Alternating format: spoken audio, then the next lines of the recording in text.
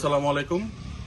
আজকে আমরা আছি বর্তমানে ফটিকরাইট শিমুলতলার গ্রামে, যেখানে একটা ঘটনা হয়েছিল, আপনারা অবগত আছেন। কিছুদিন আগে আমরা এখানে আসি। এখানে গ্রামের মানুষ, আপনারা জানেন যে নিঃস্ব, যদি একজন ইন্তেকাল করে কর্মস্থানে যে নিয়ে যাবে, কর্মস্থানের আপনার করাল, আপনার পালংটা নেই নিয়ে যাওয়ার জন্য। তো আমরা আজকে একটা স্টিলের কোরাল এখানে দিয়েছি। আমাদের বাবুর বাজারের আমাদের মমিন ভাই বাবুর বাজারের কমিটিকে আমি ধন্যবাদ জানাই যে এখানে পাশে দাঁড়ানোর জন্য।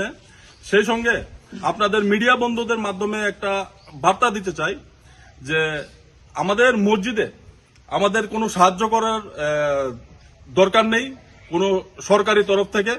আমরা আমাদের মসজিদ, আল্লাহ পাক আমাদেরকে সেই ক্ষমতা দিয়েছে আমাদের প্রত্যেক ভাইকে, যে আমরা আমাদের মসজিদকে আমরা পুনরায় গঠিত করতে পারবো, এর চেয়ে বেটার, এর চেয়ে সুন্দর করতে পারবো। আমাদের মমিন ভাইকে আমি ধন্যবাদ জানাই যে উনি বলেছেন যে উনি একাই এই মসজিদকে আপনার সংস্কার করে দেবে।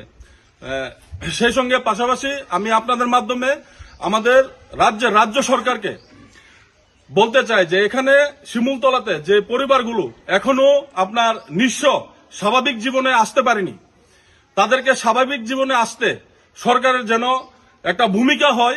আমরা ত্রিপুরা রাজ্যের সংখ্যালঘু মানুষ হিসেবে আমরা দেখতে চাই যে আমাদের সরকার আমাদের রাজ্যের আক্রান্ত মানুষের পাশে এসে দাঁড়িয়েছে। কারণ এখানে ক্ষয়ক্ষতির মূল্য প্রায় 3 কোটি টাকা হবে, আপনারা জানেন, যেটা আমাদের দ্বারা সম্ভব না যে আমরা 3 কোটি টাকা দিয়ে সাহায্য করতে পারবো। আমরা রাজ্যের সরকারের কাছে আমরা আবেদন জানাবো যে এখানের প্রত্যেকটা আক্রান্ত পরিবারের পাশে যেন দাঁড়ায়, এবং সেই সঙ্গে যাদেরকে নির্দোষভাবে এখানে গ্রেপ্তার করা হয়েছে, আপনারা জানেন যে ক্লাস 12-এ পড়ে একটা ছাত্র কালকে বেল নিয়ে এসেছে, আর যারা নির্দোষভাবে এখানে আপনার এখনো জেলে আছে তাদেরকে ছাড়ার একটা বন্দোবস্ত যেন আমাদের সরকার আমাদের করে দেয় এবং আমাদের পাশে থাকে।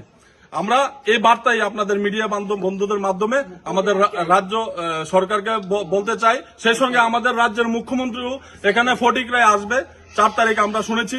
আমরা আবেদন জানাবো যে আমাদের রাজ্যের মুখ্যমন্ত্রীও যেন এই গ্রামে এসে প্রত্যেকটা আক্রান্ত পরিবারের পাশে স্বচক্ষে এসে নিজে দেখে তাদেরকে সাহায্যের আশ্বাস দেয়।